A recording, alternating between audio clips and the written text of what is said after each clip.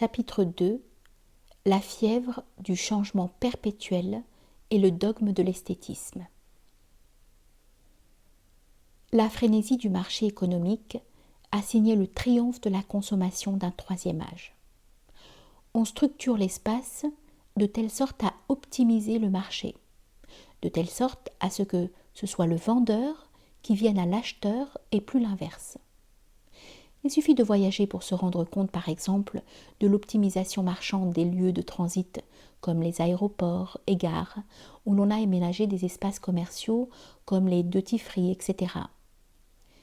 Certaines gares à Paris ressemblent davantage à des centres commerciaux qu'à des lieux de transit.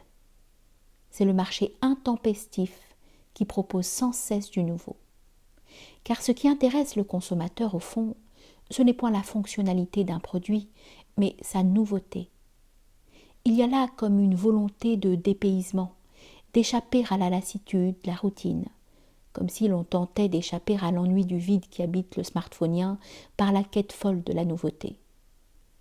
C'est l'intensité qui prime sur la stabilité. En d'autres termes, la fièvre de changement perpétuel, pour reprendre la formule de Lipovetsky, devient un moyen de fuir l'angoisse de la solitude, d'échapper à la condition humaine ou de surmonter les coups de cafard. Faire du shopping quand on n'a besoin de rien, c'est le signe d'un mal-être intérieur. Ce besoin de changement, cette quête incessante d'originalité est un trait propre aux consommateurs modernes du troisième âge, et plus particulièrement propre à la mentalité occidentale, qui a souvent reproché aux Orientaux leur attachement aux coutumes du passé, qui les empêche, selon elle, de suivre le mouvement de la sacro-sainte religion du progrès.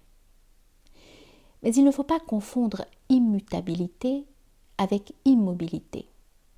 Cette fidélité aux valeurs et aux principes traditionnels n'est pas synonyme d'amnésie, mais bien plutôt de stabilité qui leur offre un ancrage solide, ferme dans l'existence humaine et surtout apporte un sens, une signification à leur vie. Il faudrait, aux yeux de l'occidental moderne, se défaire des traditions pour épouser le mouvement multiforme de la vie, telle une feuille morte qui plane au gré des humeurs du vent. C'est cet esprit instable qui caractérise le consommateur moderne, lequel est voué au changement permanent, à l'agitation et à la dispersion. Il est ainsi condamné à ne point trouver d'équilibre. L'infidélité est la marque de fabrique de l'homme moderne, lequel est incapable de désirer ce qu'il possède déjà, et ne sait garder ni vêtements, ni voiture, ni emploi, ni femme ou mari. Baudelaire, le peintre de la vie moderne, disait, ouvrez les guillemets, « La modernité, c'est le transitoire, le fugitif, le contingent, la moitié de l'art. » Fermez les guillemets. Dans la société marchande, le consommateur n'a pas le droit d'être fidèle à ce qu'il possède, à son téléphone, sa voiture, sinon c'est le système économique qui en paye le prix. C'est l'hymne à l'adultère à tous les niveaux. Et il ne s'agit nullement ici de s'adonner à un anti-occidentalisme primaire, mais de faire son autocritique pour changer le regard insuffisant, pour changer le regard suffisant que l'Occident porte sur les autres civilisations, et surtout sur lui-même. Parce qu'elle s'est manifestement auto-décerné le brevet de la civilisation par excellence, comme en témoigne son impérialisme depuis le temps de la colonisation. Elle croit détenir l'exclusivisme et le monopole de la compréhension du monde, ce qui relève au fond d'un horizon mental très étroit. D'autant que le développement de la civilisation occidentale s'est fait dans un sens purement matériel, réduisant l'intelligence humaine à l'étude des phénomènes sensibles. Faculté est devenue un simple moyen d'agir sur la matière qui n'aspire plus à la vérité, mais à l'utilité.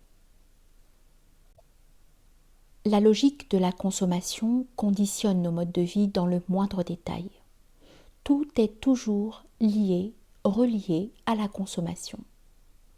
Peu en effet d'individus profitent de leurs vacances ou de leur séjour à l'étranger pour contempler de nouveaux paysages et apprécier les cultures étrangères dans leur originalité. Peu voyagent pour explorer et goûter à la saveur du monde. Rares sont ceux qui se déplacent pour se découvrir dans le miroir de l'humanité. Ce que beaucoup de touristes consommateurs retiennent de leurs vacances, c'est la nouvelle couleur que le soleil a imprimée sur leur visage, les dîners au resto, les glaces sur la corniche, les baignades dans la piscine, les photos prises en selfie, et quelques objets souvenirs qu'ils ont achetés au détour d'une visite fortuite. Consommation quand tu nous tiens. Mais qui revient avec un coucher du soleil imprimé dans sa conscience et qui vaut bien mieux qu'une simple photo répertoriée dans la mémoire du téléphone ou d'un petit objet souvenir qui absorbera toute la poussière d'une étagère. Quel touriste revient imprégné du sourire d'un autochtone ou d'un reflet de soleil tracé infiniment sur l'océan? Quel voyageur s'arrête encore pour sentir le parfum d'une fleur, pour goûter à la volupté, à l'élixir de la nature? On revient avec plein de photos dans le téléphone et peu d'images dans la conscience. Tout prendre en photo. Voilà un réflexe symptomatique du touriste consommateur. Au lieu d'apprécier directement la beauté d'un paysage, en l'immortalisant par un moment d'introspection et de méditation, on se contente de capturer le cadre pour le balancer aussitôt sur les réseaux sociaux. Ce type de touriste consommateur ne perçoit la beauté du monde que par l'entremise de l'écran de son téléphone, le privant ainsi de tout sens de la contemplation. L'appareil photo peut être un produit nocif pour la méditation. On ne voyage plus pour explorer le livre précieux de l'univers, mais pour poster des images ostensibles sur sa page Facebook. Cette tendance à l'exhibitionnisme du moi est caractéristique du smartphonien et reflète de manière tangible une pauvreté intérieure criante. Obnubilé par ses apparences, celui-ci ne semble accorder aucune importance aux soins de l'âme, l'esprit ayant déserté le corps. Dieu est mort, il ne vit plus en lui. La mort de Dieu a réduit l'horizon de l'homme qui se retrouve prisonnier d'un univers purement matériel, qui vit désormais sous la pression étouffante de la matière. Par ailleurs, cette soif intarissable de changement se conjugue dans notre société marchande avec une forme d'esthétisation artificielle du cadre de vie. Tout doit en effet être conjugué à l'élégance de la forme. L'esthétique est devenue un critère indispensable dans la conscience du consommateur. Un produit ne se mesure plus à sa fonctionnalité seulement, mais d'abord et surtout à son apparence, son élégance, aux sensations qu'il procure. Il doit être design. Et souvent, la forme esthétique prime sur la qualité fonctionnelle du produit, parce qu'on cherche surtout l'effet que son image produit sur le consommateur. On cherche le style. Dans le sport par exemple, on ne se contente plus d'un équipement efficace et fonctionnel. Il faut conjuguer à cela l'esthétique, parce qu'il ne s'agit plus seulement d'atteindre un but, mais d'acquérir une dégaine, un look qui frappe aux yeux.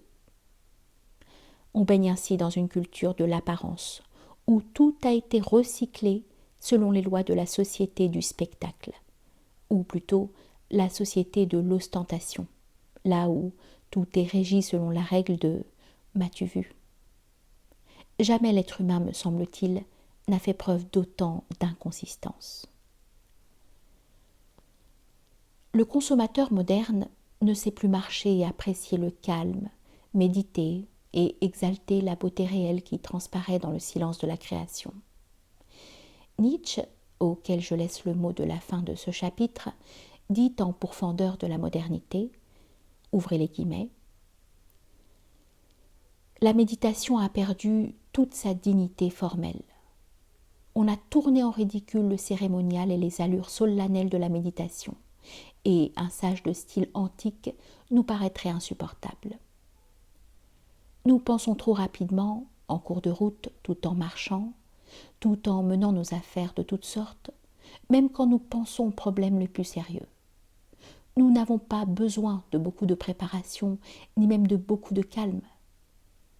Tout se passe comme si nous transportions dans notre tête une machine constamment en train de tourner qui continue de fonctionner jusque dans les circonstances les plus défavorables. Autrefois, on voyait à l'attitude de chacun qu'il voulait soudain penser. C'était l'exception.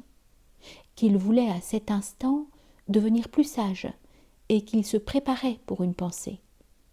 On se composait un visage, comme une prière, et l'on arrêtait sa marche. On s'immobilisait même en pleine rue des heures durant, lorsque la pensée venait, sur un pied ou sur les deux. Voilà ce qui était digne de la chose. Fermez les guillemets.